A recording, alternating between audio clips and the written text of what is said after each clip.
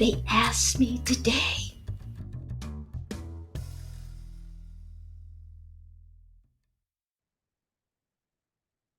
Welcome to 40 Weeks, a segment where we discuss pregnancy and pregnancy-related issues. I'm Dr. Rahman, a board-certified OBGYN. And today's conversation is a continuation about the discussion involving including pregnant women and lactating women into clinical research trials. Back in the day, when I was training,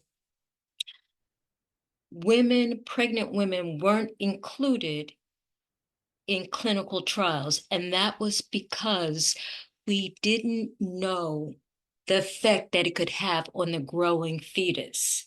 In fact, we were taught to tell pregnant women that they should avoid all medication during the first 13 weeks of their pregnancy, because this is the time when the fetal organs are developing.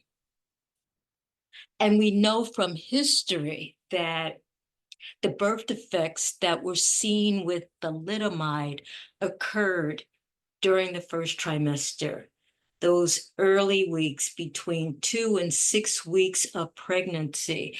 When the mom ingested the thalidomide, the babies were born with birth defects.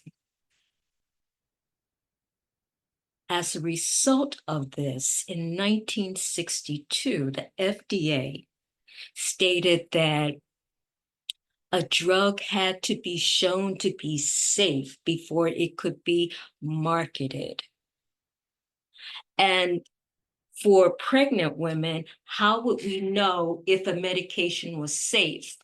Well, the testing that was done on animals or on non-pregnant persons, but there was no clinical testing on pregnant women. And for me, that doesn't seem to be a bad idea, but the tide has changed. And now the feeling is that we should include pregnant women, lactating women in clinical trials so that we know for sure whether or not a particular drug or medication has any deleterious effects. Because the other thing that has been noted is that the use of prescription drugs has increased over the past 3 to 4 decades. In fact, the use of prescription drugs during the first trimester of pregnancy, that critical time of fetal development, has also increased.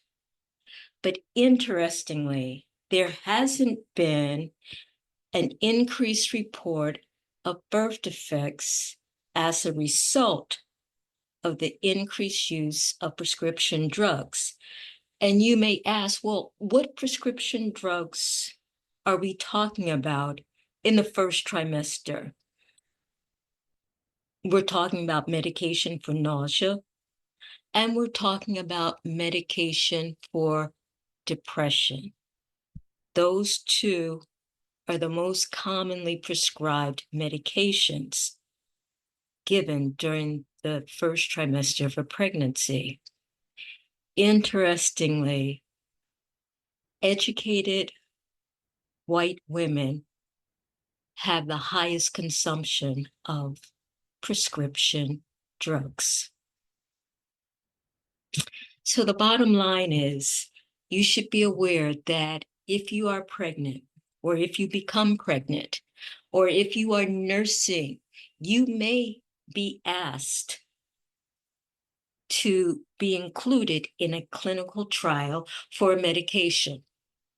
And what you should remember is that you always have the option of saying no. It's an interesting conversation. It can have long-term ramifications. Extensive study has been done to determine how best to avoid liability for drug companies and practitioners if they decide to include pregnant and lactating women in their clinical trials.